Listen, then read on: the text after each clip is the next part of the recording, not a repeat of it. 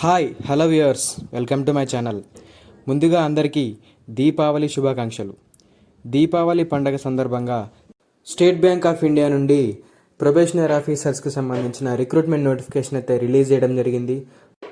మొత్తంగా వచ్చేసి 2000 వేకెన్సీస్ అయితే ఉన్నాయి. సో ఇప్పుడు వాటికి సంబంధించిన పూర్తి డేటాను అయితే మనం చెక్ చేద్దాం. సో రిక్రూట్మెంట్ నోటిఫికేషన్కి సంబంధించిన పీడిఎఫ్ వచ్చేసి నేను డిస్క్రిప్షన్లో ప్రొవైడ్ చేశాను. అక్కడికి వెళ్ళి మీరు దాన్ని డైరెక్ట్గా డౌన్లోడ్ చేసుకోవచ్చు. సో రిక్రూట్మెంట్ నోటిఫికేషన్ యొక్క పీడిఎఫ్ని కనుక మనం చెక్ చేసినట్లయితే సో అఫీషియల్ వెబ్సైట్లో అయితే పీడిఎఫ్కి సంబంధించిన లింక్ అయితే మీకు అవైలబుల్లో ఉంటుంది.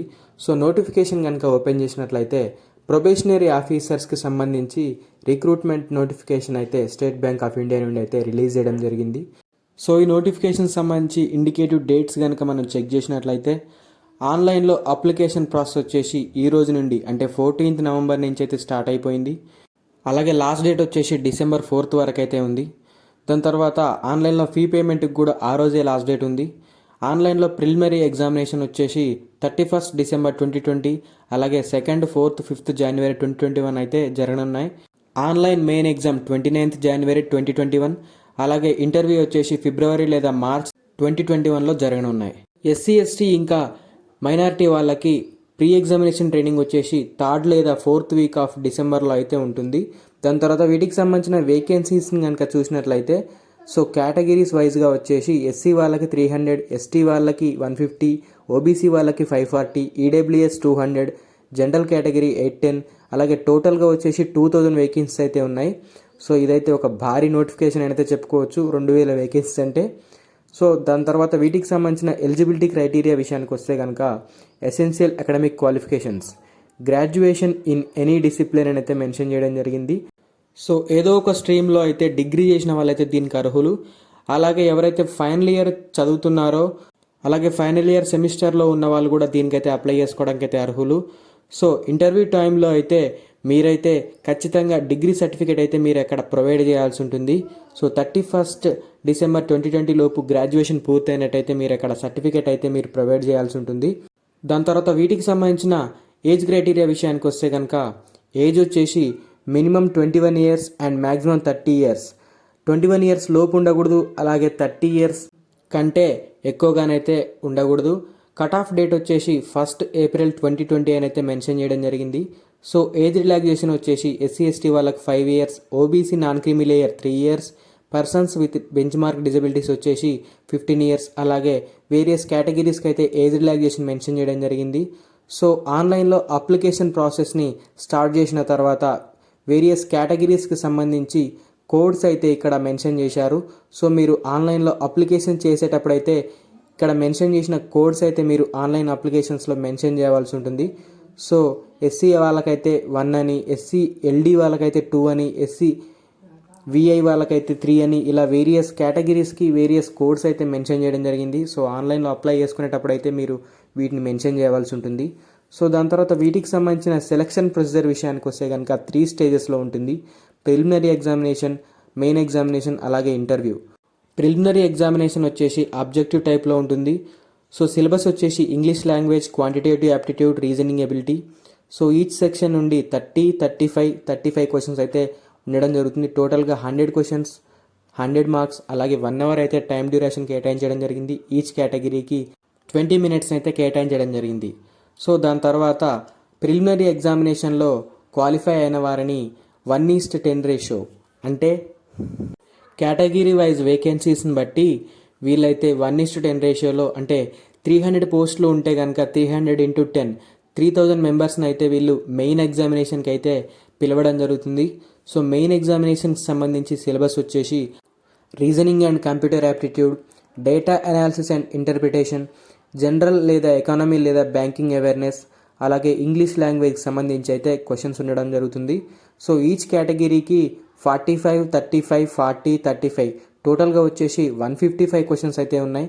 సో మ్యాక్సిమం మార్క్స్ వచ్చేసి 200 మ్యాక్సిమం మార్క్స్ అయితే ఉన్నాయి. అలాగే టైం డ్యూరేషన్ వచ్చేసి 3 hours అయితే టైం కేటాయించడం జరిగింది. దాని తర్వాత డిస్క్రిప్టివ్ టెస్ట్ కూడా ఉంటుంది. డిస్క్రిప్టివ్ టెస్ట్ వచ్చేసి 50 marksకి అయితే కండక్ట్ చేయడం జరుగుతుంది. టైం డ్యూరేషన్ వచ్చేసి 30 minutes అయితే ఉంటుంది. సో డిస్క్రిప్టివ్ టెస్ట్ ఇంకా అబ్జెక్టివ్ టైప్ కలిపి మెయిన్ ఎగ్జామినేషన్లో అయితే కండక్ట్ చేయడం జరుగుతుంది.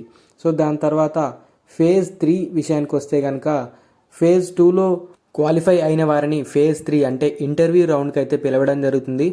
సో ఇంటర్వ్యూ రౌండ్ వచ్చేసి కేటగిరీ వైజ్ని బట్టి 1:3 రేషియోలో అయితే ఇంటర్వ్యూ రౌండ్కి అయితే పిలవడం జరుగుతుంది.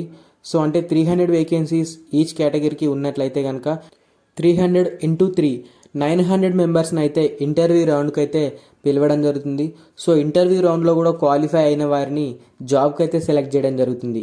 సో దాని తర్వాత దీనికి సంబంధించిన ఎగ్జామినేషన్లో నెగిటివ్ మార్కింగ్ అయితే ఉంది. సో ఈచ్ రాంగ్ ఆన్సర్స్కి 1/4 మార్క్ అయితే డిడక్ట్ చేయడం జరుగుతుంది. దాని తర్వాత ఫైనల్ సెలక్షన్ విషయానికి వస్తే కనుక ఫేజ్ 2 ఇంకా ఫేజ్ 3 అయితే సపరేట్గా అయితే క్వాలిఫై కావాల్సి ఉంటుంది. ఫేజ్ 2 ఇంకా ఫేజ్ 3లో ఫేజ్ 2 వచ్చేసి ఆబ్జెక్టివ్ టైప్ టెస్ట్ ఇంకా డిస్క్రిప్టివ్ టెస్ట్కి సంబంధించిన రిజల్ట్ వచ్చేసి ఫేజ్ 3కి అయితే యాడ్ చేయడం జరుగుతుంది. సో ఫేజ్ 1 అంటే ప్రిలిమినరీ ఎగ్జామినేషన్ వచ్చేసి వాటి బేస్ మీద అయితే ఎటువంటి మెరిట్ లిస్ట్ అయితే ప్రిపేర్ చేయరు. ఓన్లీ మెయిన్ ఎగ్జామినేషన్ రాయడం కోసం ప్రిలిమినరీ ఎగ్జామినేషన్ని క్వాలిఫైయింగ్ ఎగ్జామ్గా కండక్ట్ చేస్తారు. సో దాని తర్వాత ఎగ్జామినేషన్ సెంటర్స్ విషయానికి వస్తే కనుక ఆల్ ఓవర్ ఇండియా అయితే ఎగ్జామినేషన్ సెంటర్స్ కేటాయించడం జరిగింది. సో దాని తర్వాత వీటికి సంబంధించిన ఎమాల్యుమెంట్స్ అంటే శాలరీ విషయానికి వస్తే కనుక బేసిక్ పే వచ్చేసి 27,620. సో వీటికి 4 అడ్వాన్స్ ఇంక్రిమెంట్స్ అయితే ఉంటాయి. దాని తర్వాత టోటల్గా వచ్చేసి మొత్తంగా మీరు ఫస్ట్ మంత్ శాలరీ వచ్చేసి 30,000కి పైగా అయితే తీసుకోవడం జరుగుతుంది.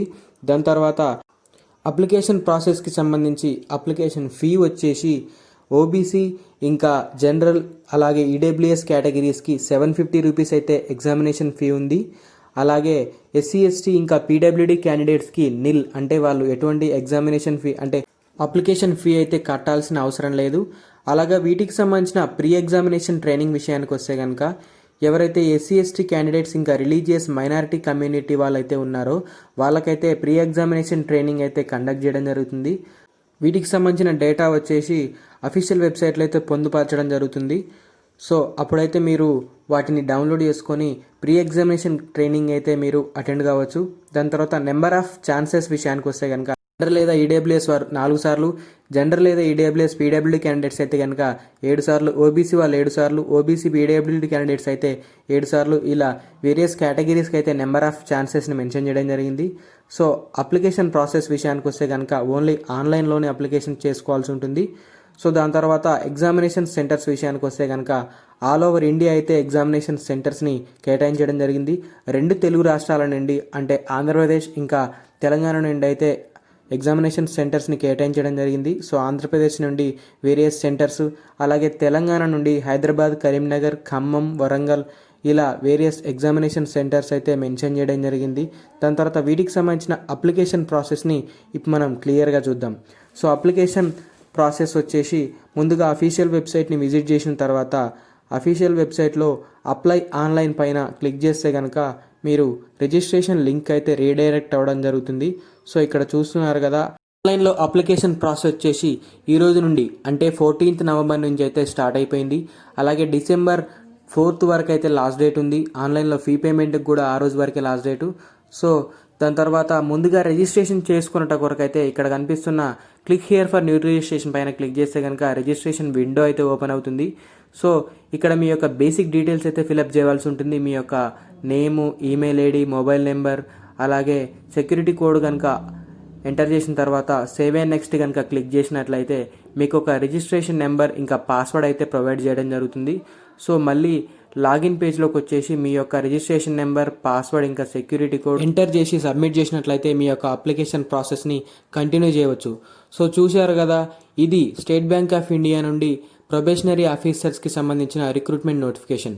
ఇలాంటి మరెన్నో లేటెస్ట్ అప్డేట్స్ని మీరు నోటిఫికేషన్స్ రూపంలో పొందాలంటే కనుక మన యొక్క ఛానల్ని సబ్స్క్రైబ్ చేసుకొని అలాగే పక్కనే ఉన్న బెల్ ఐకాన్ పైన క్లిక్ చేయండి. సో ఇది ఫ్రెండ్స్ ఈరోజు వీడియో. మరిన్ని లేటెస్ట్ అప్డేట్స్తో మనం నెక్స్ట్ వీడియోలో కలుద్దాం. Until then, keep watching and thank you for watching.